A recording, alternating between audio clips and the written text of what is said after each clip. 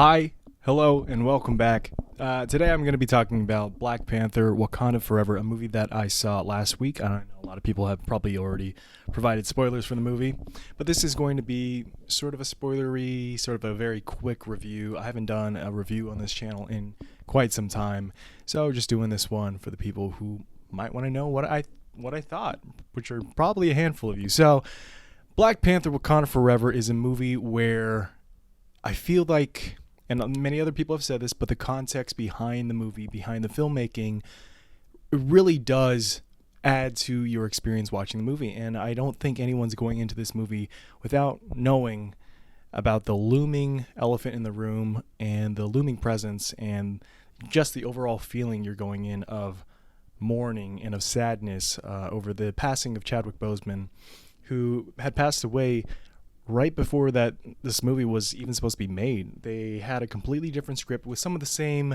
elements in there, such as Tenoch Huerta, as Namor and Talokan. Those things were still there in that present script, but then they had to change it due to the passing of Chadwick, which is a task that I cannot imagine myself, obviously, for obvious reasons, myself or any director taking that on. That goes from Ryan Coogler all the way up to Scorsese, up to Francis Ford Coppola. I mean, I can't imagine the task that I would take any director. So Ryan Coogler being able to do this, to work a story around such a tragic event, and also doing this while mourning his friend and his work companion, it's a lot. It's a lot to take on. So you have to kind of use that context as you watch the movie, as it unfolds. So knowing that, I also want to go into this saying that this movie, objectively, I feel has a lot going for it outside of just the elements in the context outside of the movie, adding to the experience. I think that this movie as a whole is a very great character development and a very story-driven movie, which I really like those things. I like the fact that we do get to focus on these characters and all the characters that we sort of learned to love over these movies. And back in 2018 with the original Black Panther, these were side characters that we were like, they're amazing. They're amazing supporting characters. Wish we could see more of them. And this movie does take advantage of that. And I don't want to say advantage, but they didn't really have any choice but to do that. So I'll say they use their characters very wisely in this to build around the legacy of Chadwick Boseman as Black Panther. And I think that establishing such a great cast in the first movie was one of the best things that they could ever do, because it really set them up for the future. I watched this movie twice, and I had the pleasure of watching it with my friends the first time and then a second time with my girlfriend. And it was very different experiences, because with my girlfriend, she's someone who connects to things a lot more emotionally. And that's something I really wish I had. I wish I could just sort of get deep down and feel the things exactly the way the characters are feeling them. And I can empathize, but I wish I could get that emotional response. And then I'm with my guy friends, and I don't think they were on the same wavelength as my girlfriend was. So it was a very interesting experience, one where I could be a lot more critical watching it the first time, and the second time just sort of enjoying it and sort of riding that wave of emotion that the movie is taking you on.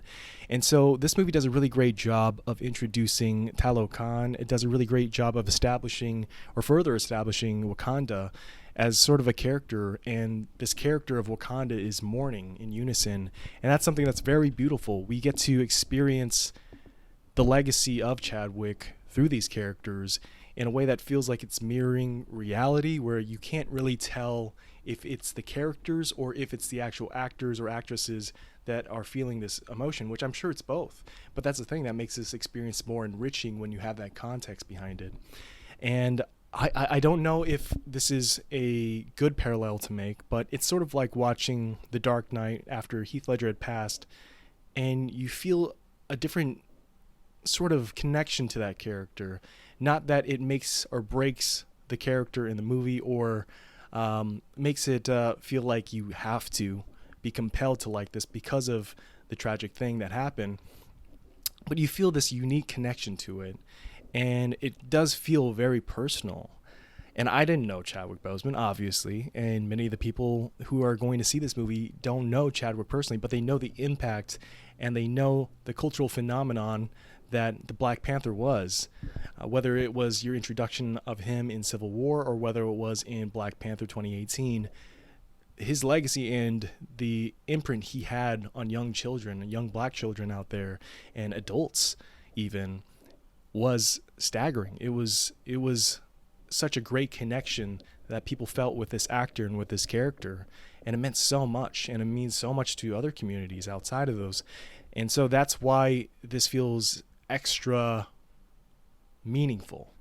It's a movie that empathizes with the audience and makes you feel that you are going on this journey with Shuri, who I'll also get into the story a little bit, but Shuri kind of weighs or carries the weight of this entire event on her shoulders. And the movie does a really great job of not taking a character and giving them like this off-screen death that feels dishonorable to the actual actor.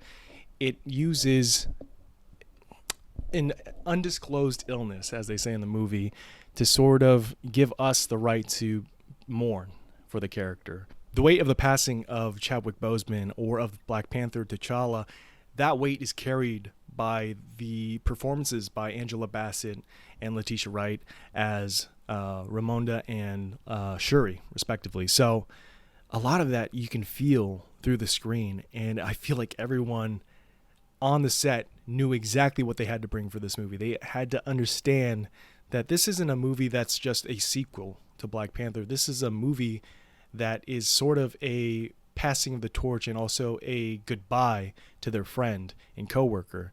And I think that's what makes this movie feel a lot different than anything that we've ever had before. And I'm not saying that this movie is perfect by any means. Of course, this movie has flaws, but I think those flaws are more closely tied to the MCU as a whole, where this movie does feel like it is building up a commercial for their next projects, and I'll get into that a little bit later. But yeah, sort of the two tentpole performances in this movie are from Letitia Wright and from Angela Bassett. I guess we'll get into spoilers right now, but Queen Ramonda, played by Angela Bassett, doesn't get too much to do in the movie, but when she is on the screen, it's pretty incredible. It feels like she is vying for that Oscar, but it doesn't even feel like she's doing this for the sake of, an award. She feels like she is going through therapy through this performance, and it's really a sight to see.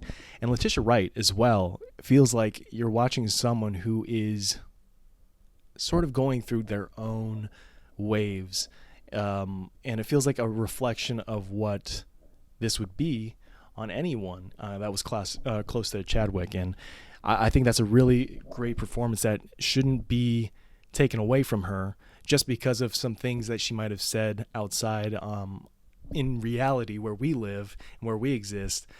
Because she said some controversial things, it doesn't take away from the fact that she's an amazing actress and she put one hell of a performance into Shuri. And enough praise for them for now. I'll hold off on that. But let's talk about some of the additional characters. And when I think of someone who I was so excited to go into this movie and so just enraptured by how creative they managed to adapt this character, which I have the context of the comics, of course, but it wasn't a character that I was ready or felt was ready for the big screen, and I was proven wrong. I saw the trailers and I saw some of the concept art for this character, and it got me more excited. And so when I actually got to see it on screen, Namor, played by Tenoch Huerta, is fucking awesome.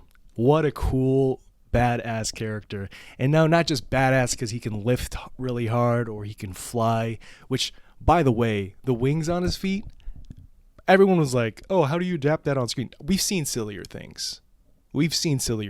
People. There's a talking raccoon. There's a talking tree.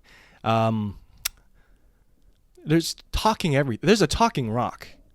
And we can't accept some wings on feet? Like, come on. Hermes, Red Bull, we can handle it, okay? So I heard some of those complaints, and they're like, yeah, it does kind of look kind of silly. There is one shot in particular in this movie that, sorry, I got to take this.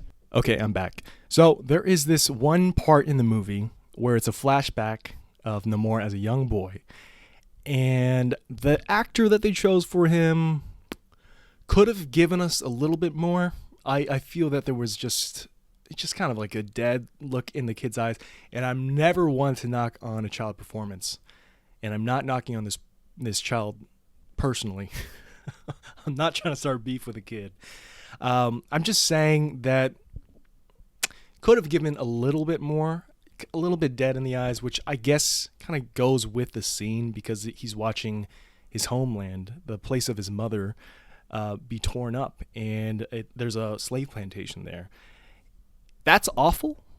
Just wish that the face kind of matched what was going on, because it seemed like he was just kind of surveying the land. Just very neutral look. Wish they gave us a little bit more, which adds to how silly it kind of looks when we first see him as a young child get up in the sky and we see this shot of him kind of rise, which is supposed to feel very dramatic and like a turning point. But for me, it didn't quite work. I know other people probably don't have the same complaint and aren't as nitpicky as I am, which is a good thing. But yeah, I felt it was a little bit, I don't want to say cringe.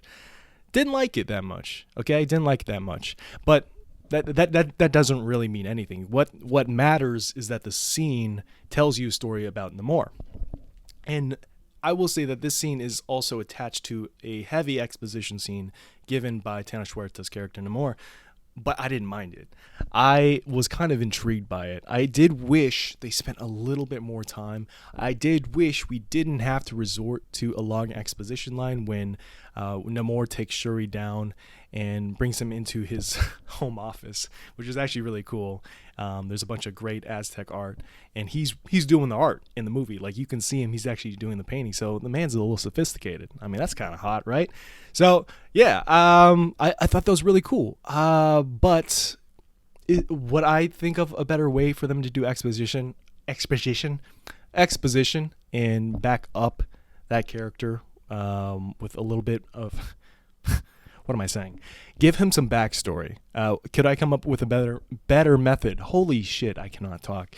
I don't know. I probably couldn't. I wish, in my head, I always think an introduction to a villain at the very beginning of the movie is a really great way, because it kind of offsets and shakes up the audience a little bit, because you don't know what you're being introduced to, because you feel like you're going to be introduced to something familiar, like your main character fighting off some some villains or something like that.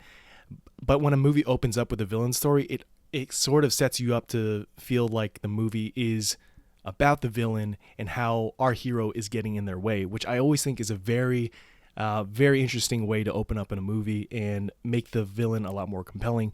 But because of how they had to open up this movie, but because of the context outside of this movie, the way they open up this movie is the only way they could have done it, and I think it was done perfectly.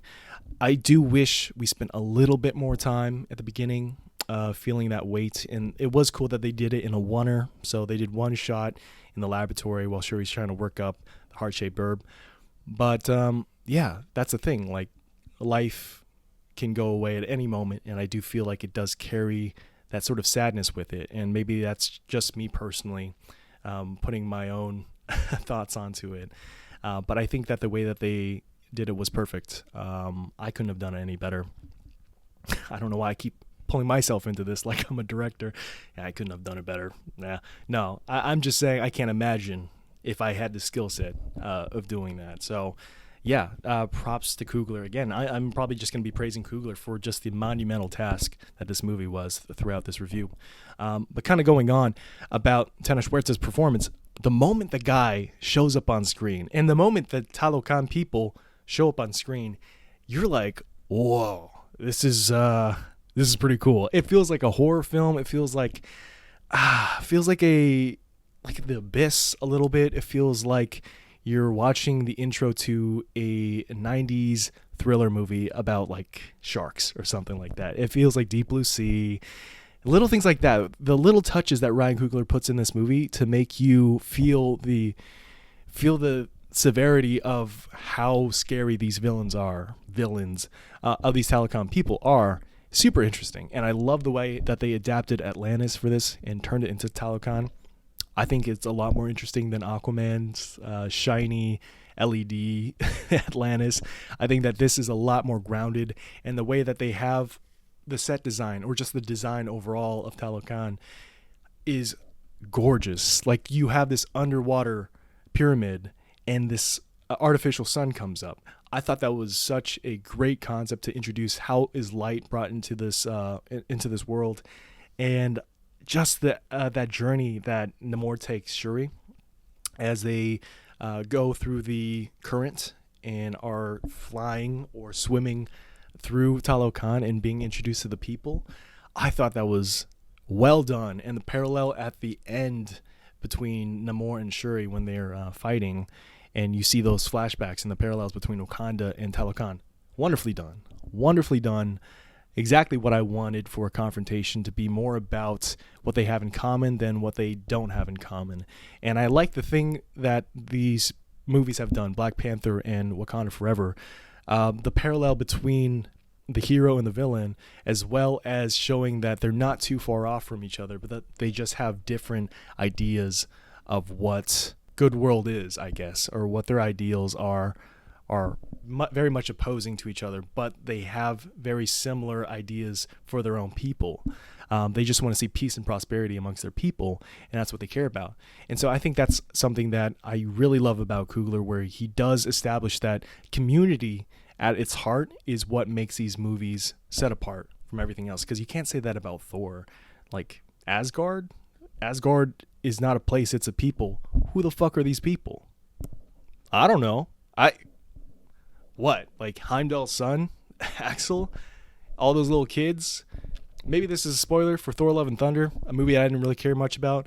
But cool that they introduced, and I'm not ragging on Heimdall's son, Axel, at all. I'm just using an example. I don't know these people.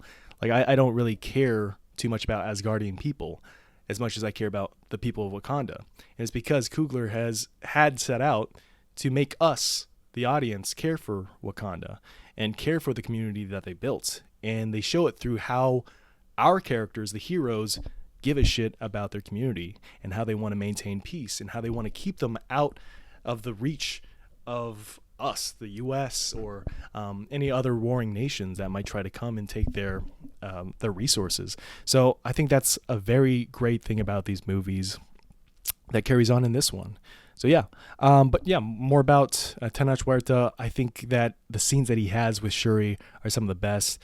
The man just has this presence where you can't wait to see him back on screen. I don't give a shit if he's not like this shredded, like Men's Health cover model. That doesn't really matter to me. I know Namor is supposed to be shredded, but guess what? Every single comic book character is shredded, okay?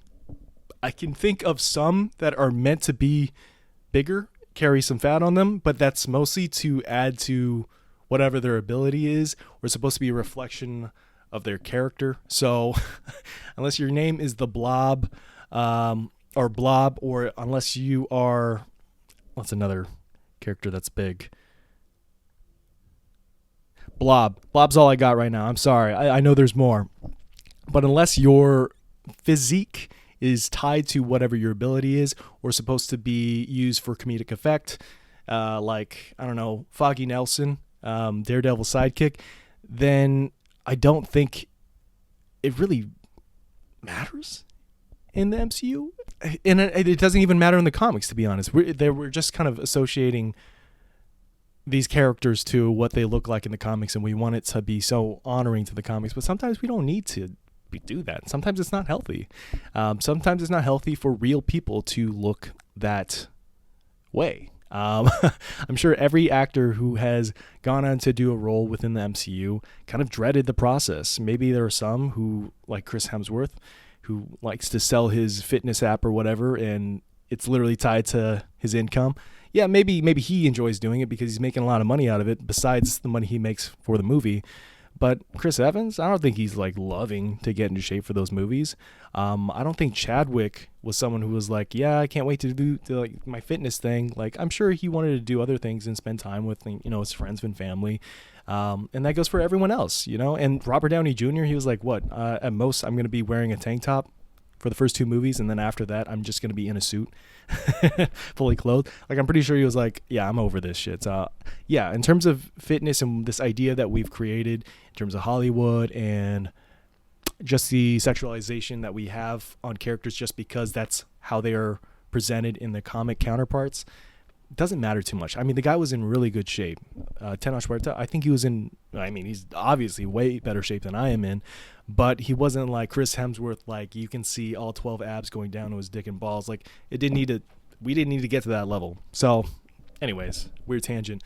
But I'm saying physically, he's not the imposing person that you see in the comics, but it's through his performance that you're like, oh, this guy means business. This guy is about his people. This guy will do anything to protect the people of Talocan, and that's very interesting to me. As well as the fact that they go into the history of the Aztec people, and that these people escaped, or didn't escape, but they had to go into the water. So because of that, they didn't have to change their language due to the Spanish Inquisition, due to colonization. So they kept the Aztec language and retained that in Talocan, and I thought that was super cool. Really love that element. I love the way that the MCU integrated Atlantis and turned it into Talocan. I just really love that the MCU introduced, South American culture into the MCU in a way that felt natural. And it felt like it wasn't just like, well, let's just do this because we need to get the Latin American community to watch your movies. No, it felt like in the story, maybe that probably was a big element of it, and I feel like maybe Shang-Chi was too. But the fact that they were like, no, let's find a way to include them in the story in a way that feels natural to the world. Great. That was so great. I like that. I like it when, you can tell that there's probably some deeper intention behind some of the CEOs and the board of committee at MCU at Marvel Studios who are just like, well, we need to like include more diversity because, we're going to expand our market.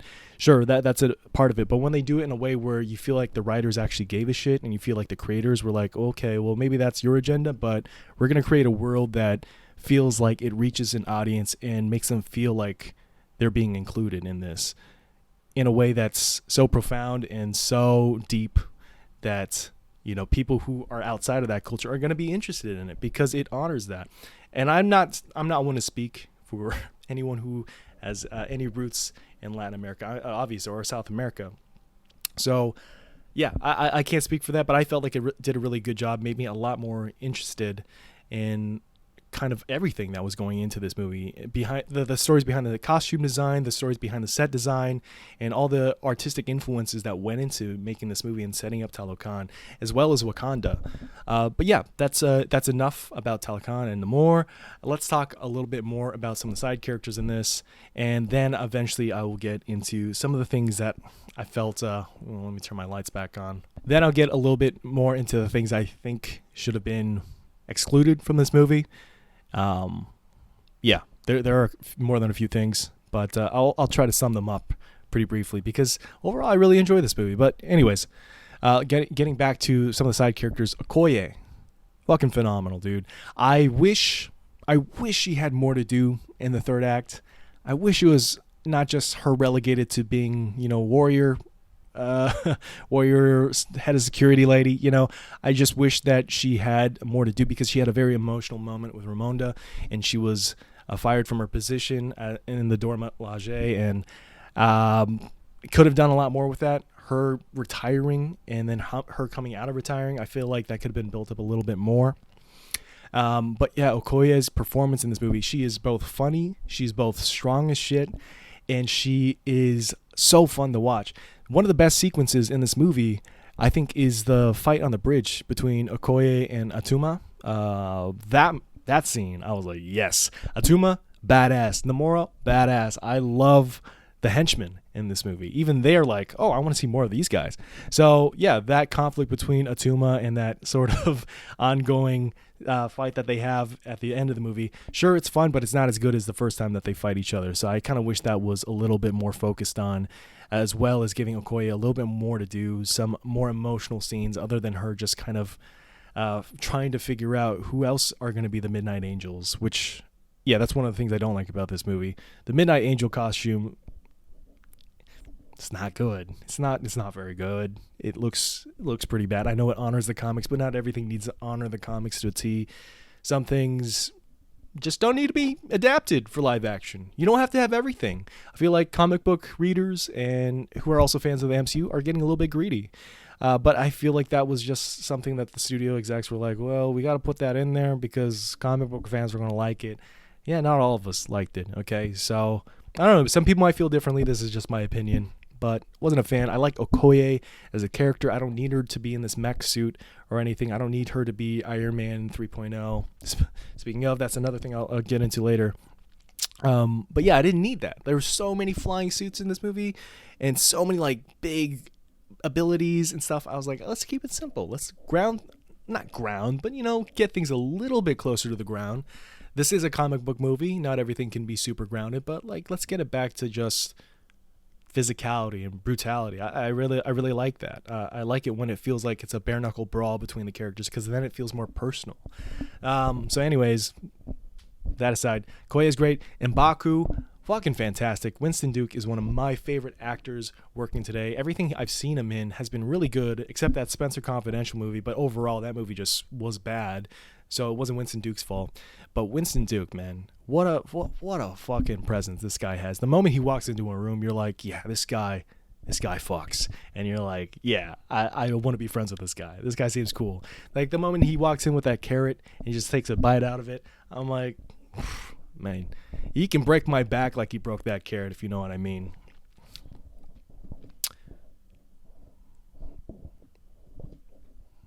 It's a joke, but maybe. Yeah, that guy is hilarious. Every one-liner that guy has, you're like, all right, well, I'm saving that to my memory. Like, every line this guy has is magic. But not only that, there's a scene with him and Shuri in the forest, and this is after, we're already in spoilers, but this is after Queen Ramonda dies. And it's a scene where you really feel like he is taking up the mantle of Shuri's older brother in a way, not trying to take over and be Shuri's brother, but you feel like he's supposed to be a little bit of a mentor figure because he's kind of been through it. He knows how to lead a tribe, so he's trying to impose some wisdom. And you know that through this movie, or you kind of find out throughout this movie, he's more than just a brawler. He's someone who thinks about the best thing for his people. And the conversation he has with Shuri after she dons the Black Panther costume for the first time, it's one that is very essential to us learning more about M'Baku as a character and makes me more interested in seeing this character because M'Baku is just more than just this big tough guy who who is just like this imposing figure. He's more than that. He is someone who has leadership qualities that would be a great leader for Wakanda. And I think that they're setting that up, obviously, at the end of the movie, that he's probably going to be king of Wakanda after Shuri doesn't show up for the challenge. But, yeah, I think that that's a great person to take over. And then we'll also have, in parallel, a Black Panther as well as a king, but just a separate person as both roles. So, yeah, M'Baku, great. Wish we had more. Wish we had more of those scenes between Shuri and M'Baku. I wish he was more of the council. I wish he was part of the council a little bit more. But we'll probably get more of that in whatever sequels that come up. So moving on, Riri Williams is a character that they introduced in this movie. Riri Williams is Ironheart, which of course is getting a Disney Plus TV show. But Riri Williams in this movie feels like it's a setup for that show. And I know that they found a way. I know the writers were like, well, we got to put Riri Williams in this movie. How do we do it? She makes this machine that can detect vibranium, and that's pretty much it. And Namor's like, well, we can't have that. We can't have people finding our resources, so kill the scientists. It's like something he says a lot in this movie. Kill the scientists. Go kill the scientists. Let's kill the scientists. Like, he loves saying that. He really wants to kill that scientist. But it's odd because when he gets the scientist, he doesn't just kill her right away, which I'm just like, okay, so no, you didn't, what happened to that motivation? And then he tells Shuri, it's not about the scientist. I want to kill the surface world. I'm like, that sounds like Namor or Namor, whatever way you want to call it, because apparently Queen Ramonda doesn't even know how to say Namor. So I guess it's Namor and Namor. It doesn't matter. But anyways, back to Riri Williams. It's very interesting because Dominique Thorne does a really good job. Right away, you like this character. And I love that they introduce her character in a way that alludes to Civil War, the interaction between Robert Downey Jr., Tony Stark and Spider-Man. That was really great. We get that with Shuri and we get that with Riri in her dorm room. Very great, really fun. I was like, that's a really great scene. Okoye comes out and all that. The interaction's really, really funny. Also, really fun how we get sort of a parallel to the first Iron Man. We see her with a suit and she goes up in the sky and she goes up pretty close to the atmosphere and she passes out. Yeah, it's pretty much Iron Man 1. And I thought that was fun too. My overall gripe with that is that we didn't need Riri Williams. She's not so essential to the plot that she couldn't be replaced by some different plot element or some different introduction, that maybe that this is just a different country, or maybe this is the US who found a technology that could detect vibranium. I know that they want to introduce this very intelligent, hyper-intelligent mind in Riri Williams, but it really does feel like it's just setting up for the rest of the movie, and her fights in this and also her suit, just not that interesting. It's just, there's just so many flying suits and there's just so much noise happening in the third act that for me, I was like, okay, didn't need that. But Dominique Thorne is so charming and so great in it, and I thought she was really, really good. I just wish we got introduced to her in her own show. Like, I feel like we don't need these things in this movie, which really just feels a little bit disrespectful to what this movie overall does well, which is honoring Chadwick's legacy and also taking on the mantle of Black Panther and passing it on. I really feel like it detracts from that. And I'm not saying it's disrespectful because I'm sure Ryan Coogler tried to do it in his best ability, but I really do feel like that was a studio exec saying, we need to put this character in here and we need to set it up for the Disney Plus show. We need to create interest. But the thing is, people are going to watch that regardless. I don't know. I know that female-led Disney Plus shows are probably not the most watched, and they're probably the ones that get the most hate comments on them from like some losers online or whatever. I know that they're scared of that, but just be confident in your actors and your creators and give them the freedom to do what they can with the characters. And who knows? You might find a gem in there. And I know it's a risk. It's a financial risk to give someone a lot of money and just hope that their vision will pay off. But sometimes it's very much worth it, because then you get products like this where you're like, it could have been perfect, but you just had to put a trailer in there for a different thing. And that's what it really felt like. So no disrespect to Dominique Thorne, no disrespect to that character at all. Just didn't think she had much to do after, that whole I made the machine thing, and then her getting taken by Talokan people and being stuck with Shuri in Talokan. She was just like, what are we doing? Where are we going to go? What are we going to do? Like, that's kind of her role throughout this movie. And then at the end, she's like, thank you for saving me. Even though Queen Ramonda was literally face down in the water, she's the one you should be thanking. There should have been a moment there between them. I know other reviewers are saying this. I agree. It didn't really come up in my head as something that should have been done. But after someone else said it online, I was like, oh, yeah. She should have been like, oh, damn, and had a moment where she was changed or felt compelled to help people because of what Queen Ramonda had done for her, the ultimate sacrifice. Yeah, kind of interesting, but not my favorite part of the movie, but I do really like that actress, and I think she did a really great job. So kind of moving on from that, let's kind of talk about Shuri a little bit more. Let's talk about the overall story. You guys know kind of the basic outline of the story. It's a basic battle between good versus evil, except evil is a little bit more ambiguous in this because it's with good intentions. And this is because They find the machine, like I mentioned before, that can detect vibranium, and Namor feels that that's a threat to the people of Talokan. If they find that resource, then they have the ability to be competitive against Talokan and pose a threat. And first of all, Namor just doesn't like the surface people at all. He does not fuck with them at all. So because of that, he's like, let's just do this now. Let's strike first. And I want you to join me in my efforts, Shuri. And we can do this because Wakanda and Talokan are the two biggest superpowers on Earth. Let's fuck some people up. Let's fuck those air breathers. Not talking about you, Shuri, or your people. I'm talking about the other air breathers. Okay, let's kill them. And she's like, no, I can't do that. And she feels conflicted because at the beginning of this movie, her arc is that she is mad at the world. She is just pissed off that everything is being taken from her. And then later in the movie, we find out more is being taken from her, and she's really challenged, and she really questions her place in this world and where she stands. Is she honorable like her brother, or is she just a bad person like Killmonger, who's also... Oh, yeah, Killmonger. I don't want to get distracted. I'll talk about Killmonger later. But, yeah, she has to fight with her conflict, or her internal conflict inside, which is telling her to make the bad decision and be the villain of her own story and just say fuck the world, basically.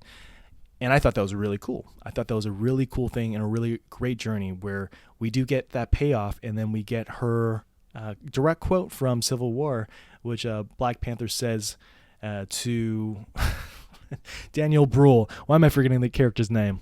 Baron Zemo. The direct quote that he says on the mountaintop with Baron Zemo, which was great. I love parallels. I love little references. Sometimes movies can get a little bit heavy-handed with them, but I feel like this one was very appropriate. I don't know how she knew that quote directly. I don't know if she watched Civil War herself, because she wasn't on that mountain last time I checked.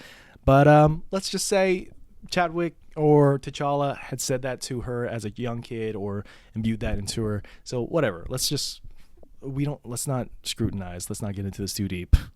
I'm saying it like you guys are. I'm the only one that's scrutinizing it. So anyways, I love that line. What I'm saying is I love that line. Great. Well done. But yeah, so that's kind of the basic story. These two are kind of going up against each other. Talokan threatens to invade Wakanda if they don't join him in the fight against the surface world. And because of that, Shuri's like, hell no, I'm going to hit first. I'm going to strike first. But this is also as a result, I'm all over the place, sorry. But the reason why she wants to strike first is because Namor comes to Wakanda and kills her mom, kills Queen Ramonda, drowns her ass. And this is because Shuri indirectly killed the fruit lady. It was Nakia's fault. Nakia killed the fruit lady, but they killed the Talokan fruit lady, and Namor was like, no. She was our only fruit lady. It's actually a very touching scene. It's very sad, and you understand exactly why he's motivated. But I was like, I don't know who this is. She seemed nice. She went out like a chump. I'm sorry, the fruit lady had to go. But it's the what do you call it? It's the spark that lit the match. Is that a thing? That's got to be a phrase. So yeah, because of that, Namor strikes first, and then Shuri says, let's strike first, because Namor gives her a deadline, says, in a week, if you don't join me, or if you don't kill the scientists or whatever, I'm kind of forgetting exactly what he says, I will come back here and wipe you out. And Shuri's like, no, I'm going to do it in less than a week. I'm going to strike first. And so, yeah, that's what happens. I'm describing this terribly. It's because I've been rambling. But yeah, she decides to do that. And because of that, they get into a little tussle into the third act of the movie, where I feel like the movie just isn't as strong as the rest of the movie. A lot of CG fighting, a lot of really terribly shot action scenes. Just the gray, cloudy sky that the MCU is sort of known for in every movie, which just kind of feels flat and kind of boring. A lot of slow motion in this movie, which I don't have a problem with. I just feel like some scenes didn't need it. I felt like Zack Snyder kind of came to set and he's like, Ryan Coogler, let me show you something pretty cool. Like, it did feel like a Zack Snyder movie at certain moments, but that's not knocking on the filmmaking. I just noticed a lot of it. That was it. It's not even a complaint. Yeah, this movie kind of falls apart in the third act. And not falls apart as in the story gets weaker. It just feel like the overall MCU isms really come into the third act. There has to be some big fight with a lot of people in it, making a lot of noise and clanging a lot of weapons against each other, and I'm just kind of over it. But the really good, compelling fight was between Shuri and Namor, and she finds this device, which she miraculously makes in 3 days, whatever. Let's just say it's for the plot. But she puts up this microwave oven that she puts Namor into and sets it to defrost. And Namor is thirsty as fuck. He's like, water, I need water. And she's like, no water for you. And he's like, I don't like that. So he takes his big spear and starts tearing up the ship, and the ship crashes into the beach where, guess what, there's no water around. So he's weakened. And this is for the sake of him being in a weakened state so Shuri can kick his ass because, she's a new Black Panther, and just on her own, she probably couldn't take a guy who can fly and is literally as strong as Thor or Hulk. There's a fight, and then eventually Namor stabs her with a spear, and she gets, I hate even describing it, but she breaks the spear and she, has to walk out of it like they do in movies where, if I did that, I would just pass out immediately. But, she's the strong hero of this movie, so she can do it. But, she walks off the spear, has absolutely no blood, by the way. That spear is clean as a whistle. Marvel, But, she faces the decision because Namor is trying to walk towards the water, and she just stops him in his tracks with a hole in her body. And she has to make the decision, I can't say that fucking word, to decide, hey, do I do what my brother would do, the honorable thing, or do I do what Killmonger told me in a vision quest I had, to just fucking murder people? What do I do in this decision? And she decides to make the right choice, in my opinion, which is not kill the villain, which these Marvel movies love killing their villains. I love Namor. You guys know that by now. And I'm so glad that they didn't kill him. And she decides to make peace and says, Wakanda will protect your waters and you will protect our land? Something like that. Something like that. She basically says, we cool? And Namor's like, just give me a fucking glass of water. And that's it. That's it. He does also say Imperious Rex in the Aztec language, and I thought that was fucking cool. It wasn't cheesy like in the comics. When I think of him saying Imperious Rex, I'm always like, that can't translate on screen.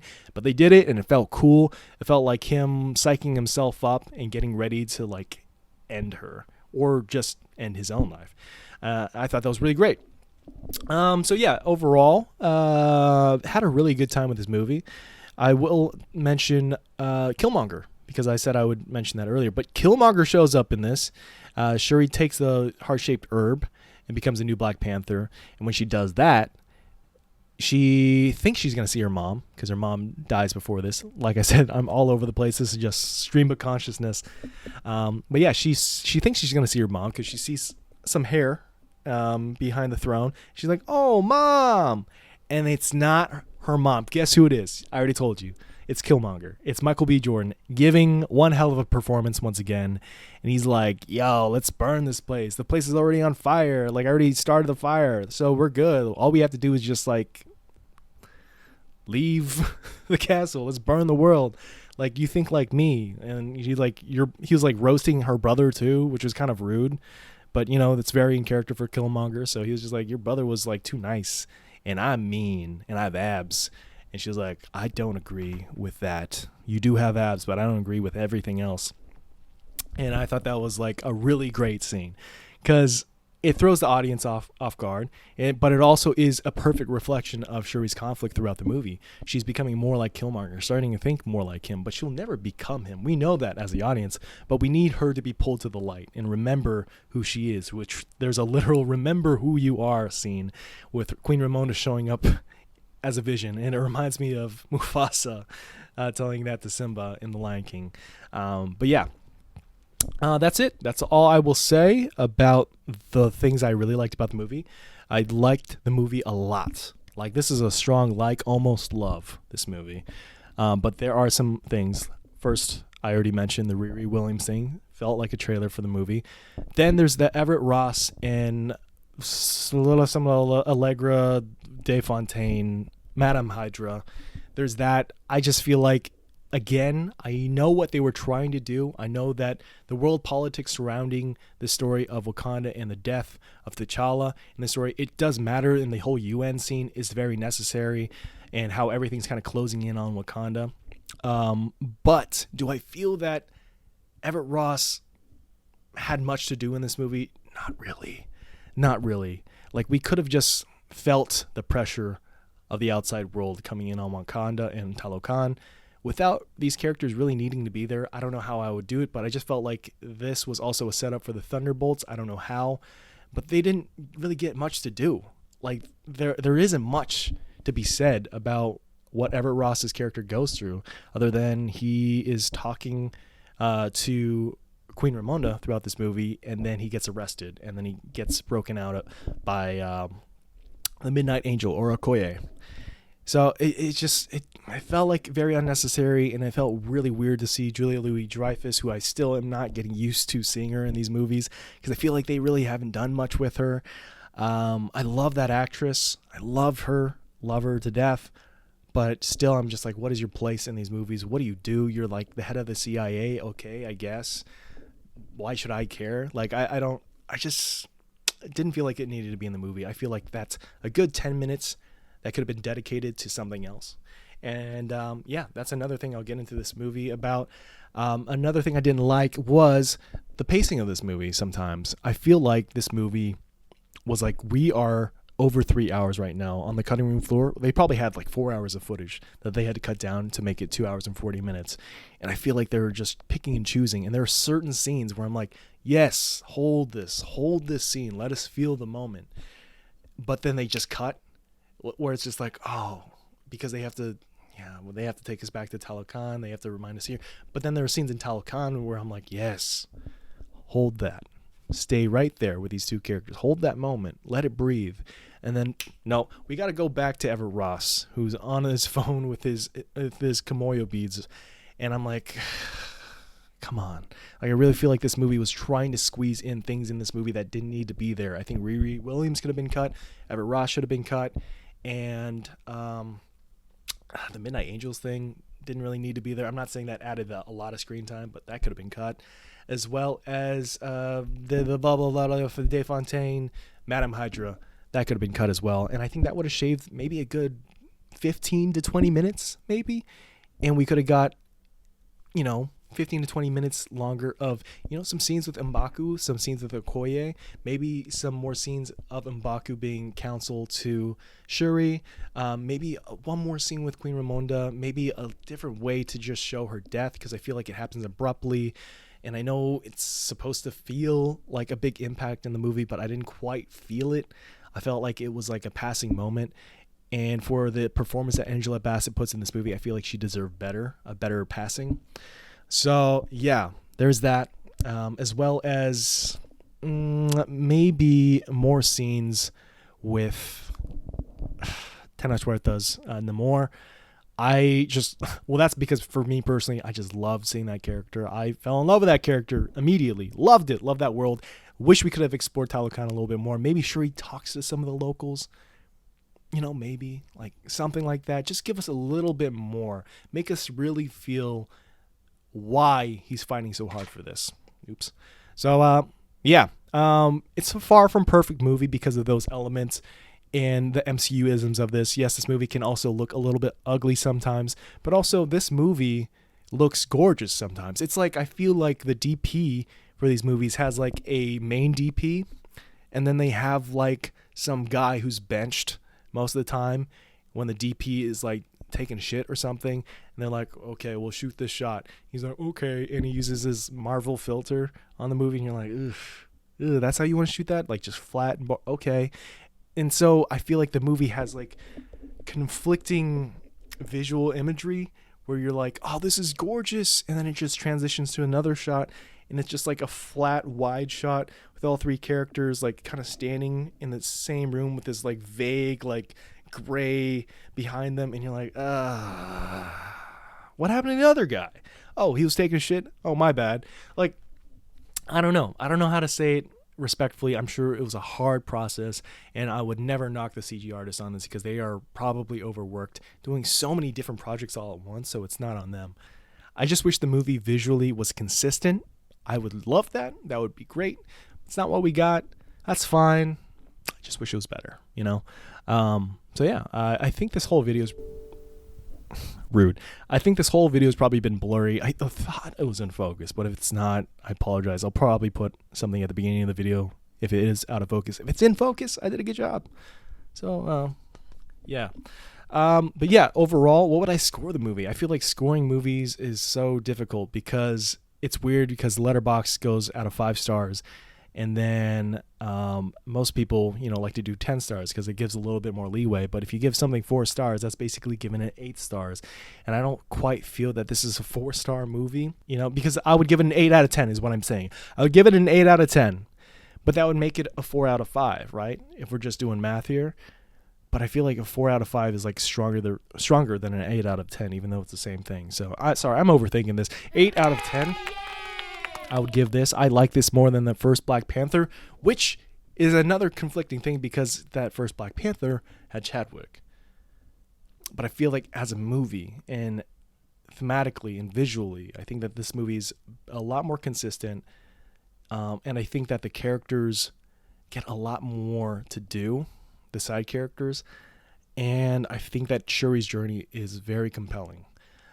I don't know for certain, though, if I love it a lot more than first Black Panther. I'll say it's pretty close to it, but I think it just ekes it out just because I love the world of Talokan, and I just loved how they honored Chadwick's legacy in a way that felt like it was respectful for the most part, and they did it in a way where they did it on a time frame which I could not imagine completing this task. I couldn't imagine anyone doing it. I'll reiterate how crazy this was for Coogler to get back on track and make this movie without his friend, without all of their friends. Without Chadwick is what I'm saying. But, he was everyone's friend on set. It was what I meant. So, yeah, that to me is just an accomplishment in itself. I don't want to say that adds to the movie, but if you do have context from outside of the movie going into this, it does really add to your enjoyment of it. It does have an extra layer. And, the conversations come up of future generations who are going to watch this movie not knowing about Chadwick Boseman. How are they going to view this movie? Maybe they won't feel the exact same way. But that goes for a lot of movies. There's some movies out there that people feel an extra attachment to for very different reasons, for context within their own lives. So I feel like this is an experience that we should just kind of cherish because, people have different reasons for thinking certain movies are their favorite. Like, people love the Snyder Cut, and, that's great. It's not far from my favorite movie, and I'm not roasting the Snyder Cut people, but I understand why people like that because maybe they have, like a certain... I don't know. I don't know why. And I wish someone could explain it to me like I'm 5. I shouldn't have brought up the Snyder Cut, is what I'm saying. But yeah, there are certain reasons why we love the movies we love. And sometimes it's outside context. And that doesn't change the fact that it's a movie that means a lot to you. And I know this movie is going to mean a lot to people today. In the future, I don't know. But I hope that they understand the legacy, and I hope they understand the meaning it felt for their parents or for their grandparents or however long this movie lasts, however long this movie is in circulation. So yeah, I thoroughly enjoyed this movie. I highly recommend you go watch it. If you don't watch it, that's fine. That's fine. I mean, this movie made way more moolah than Black Adam did internationally. Domestically, this movie has made more money than the 3 weeks that Black Adam has been out. Almost internationally. Domestically, for sure, has beaten Black Adam. But internationally, whew, I'm not a DC versus Marvel guy at all. I love both. I have equal amounts of both comics, and I don't feel like I need to prove myself. I'm just saying, and also, I fucking love a lot of the DC movies. Okay, love them. Some ironically, some unironically. I love comic books. I love comic book movies for the most part. And yeah, I'm just a fan like you guys. So I can't wait. Can't wait to see what happens next. I'm not going to really talk about the cutscene at the end. Or sorry, not the cutscene, but the mid-credit scene. Don't really want to get into that because, yeah, I just feel like enough is going to be said on the internet for that. Just know that, I thought it was a sweet moment. I do feel some ways that I'm like, didn't need to be there. But a part of me is like, yeah, it should have been there. That's all I guess I'll say about that. Yeah, I thought it was a nice, sweet moment. So yeah, thank you for watching. Thank you for watching me ramble through this. I think I've been recording for almost an hour. I forgot how much my voice starts to go away. But I hope you enjoyed this. I enjoyed being back on camera, talking to people about movies. So if you enjoyed this video, I guess give it a like. Or subscribe if you feel the need to do so. If you don't want to do that, it's fine. I mean, it would make me happy, but you don't care about that. I'm just some guy on the internet. You should like it, though, if you liked it. I mean, why wouldn't you? And also leave a comment down below. What did you guys think? Am I wrong? I probably am. So let me know. Tell me how wrong I am below. Or tell me how much you agree with me. Or just say one thing that you really liked about the movie. I would love to hear it. So thank you guys so much. I love you. And as always, I will see you later.